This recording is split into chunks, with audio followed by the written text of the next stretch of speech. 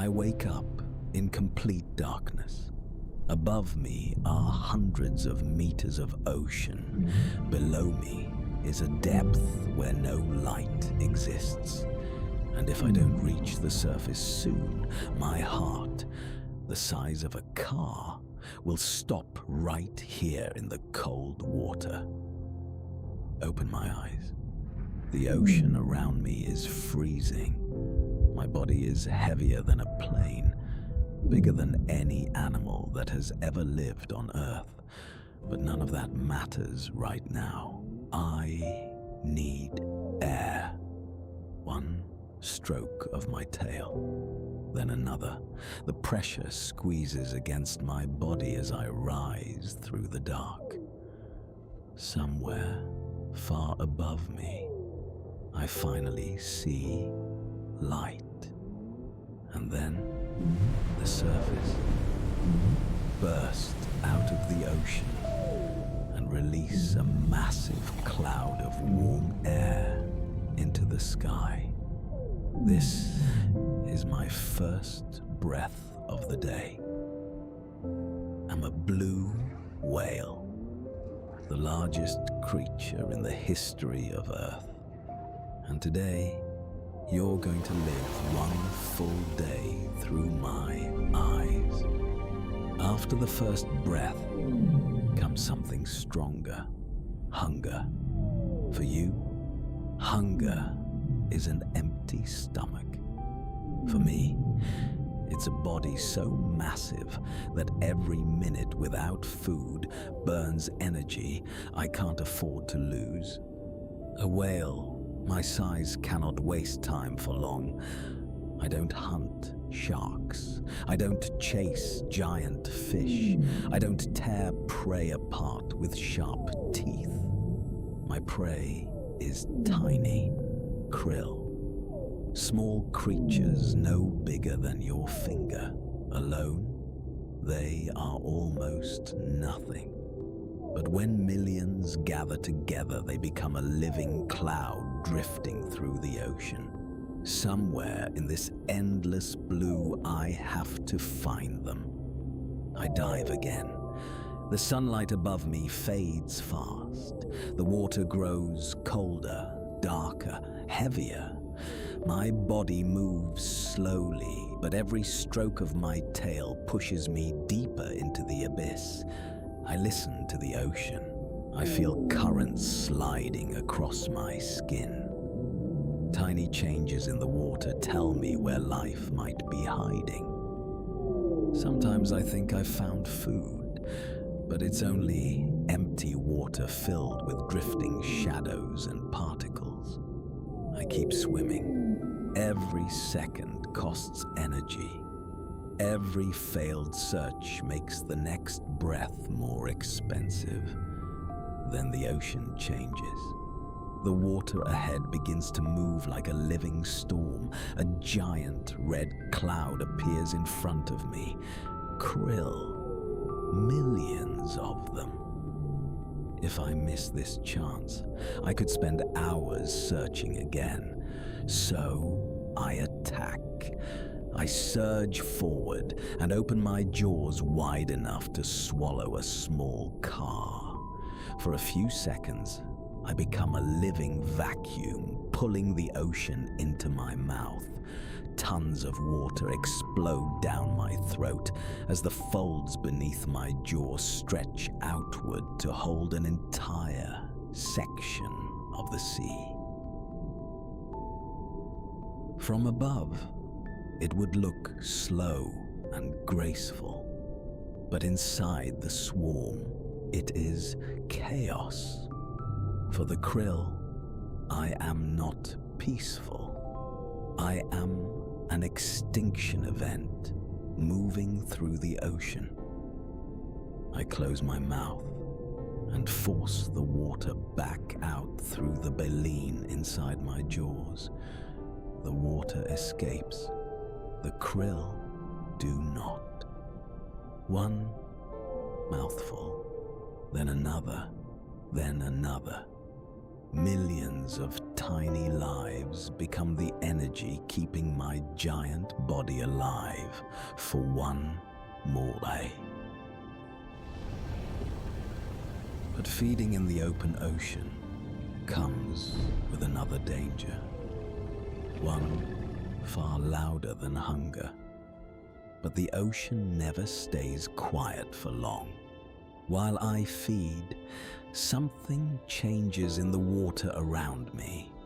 At first, it's subtle, a faint vibration moving through the deep. Then it grows stronger. This is not another whale, not waves, not fish. It's metal. Somewhere above me, a ship is crossing the ocean. To humans, it's just transportation. To me, it sounds like a machine large enough to swallow the sea itself. I still can't see it, but I can already feel the noise vibrating through my body. The sound spreads across the water and crushes everything beneath it. In the ocean, sound is survival. It tells me where food is, where danger is, where other whales are calling from hundreds of miles away. But this noise erases all of it. For a moment, the ocean goes blind. I dive deeper. The pressure tightens around my body as a massive shadow slowly moves above me. The ship blocks the sunlight while its propellers tear the water apart. One mistake here could kill me. If I rise too fast, those spinning blades could cut through my body before the humans above even realize I was there. So I wait. One slow stroke of my tail, then another. The sound becomes heavier, deeper, almost physical. I can feel it vibrating inside my skull. Then, finally, the shadow moves away. The ship disappears into the distance, but its noise stays behind like the echo of a storm.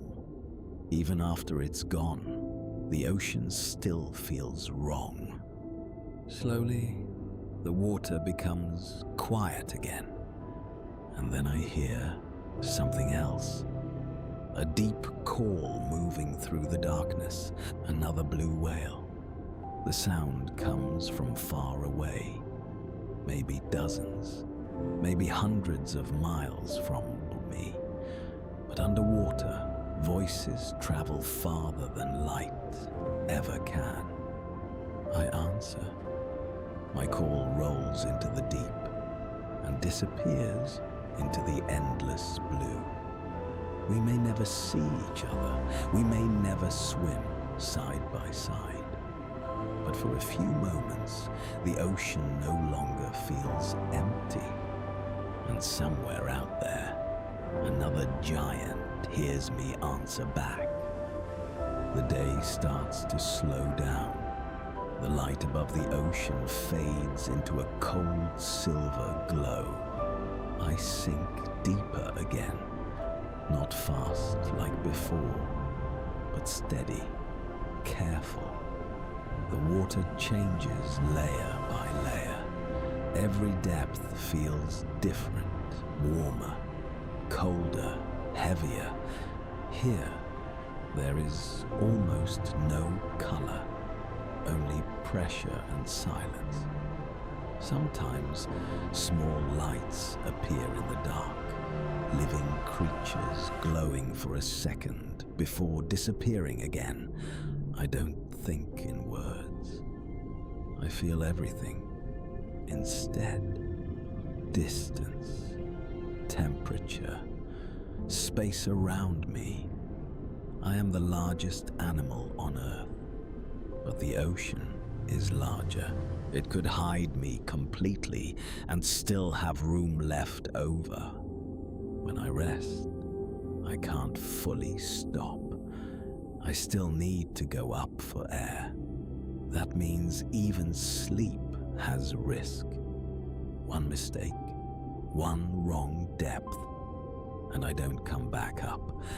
That's what this place really is. Not peace, not beauty.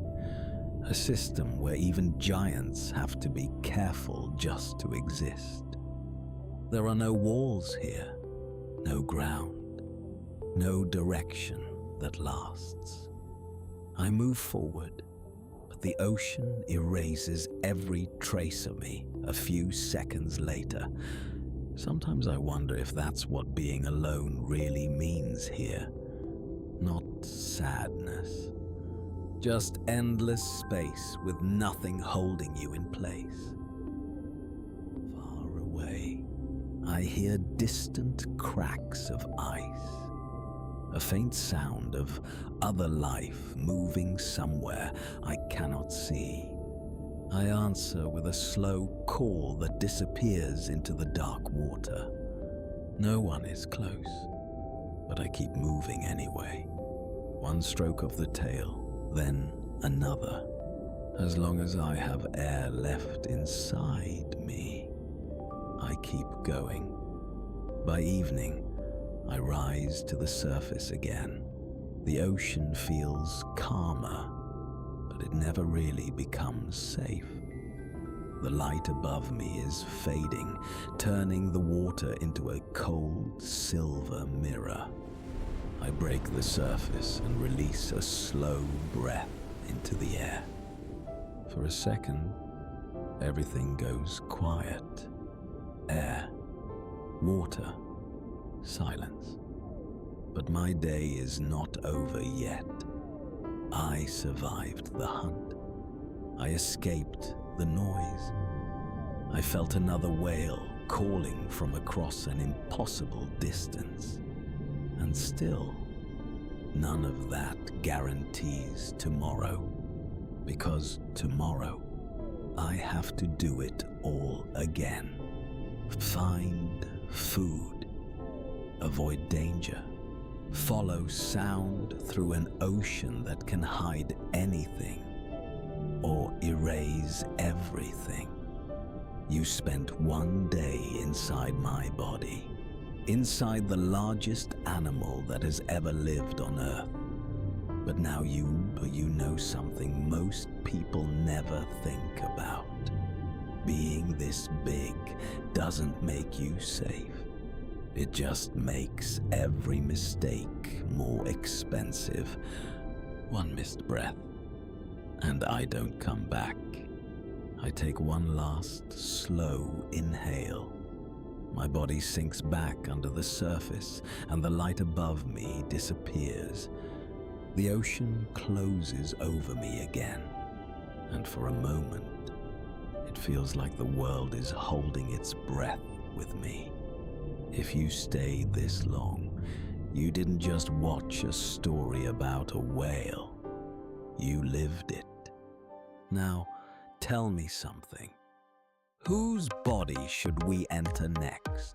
A predator in the mountains, a creature that never sees sunlight,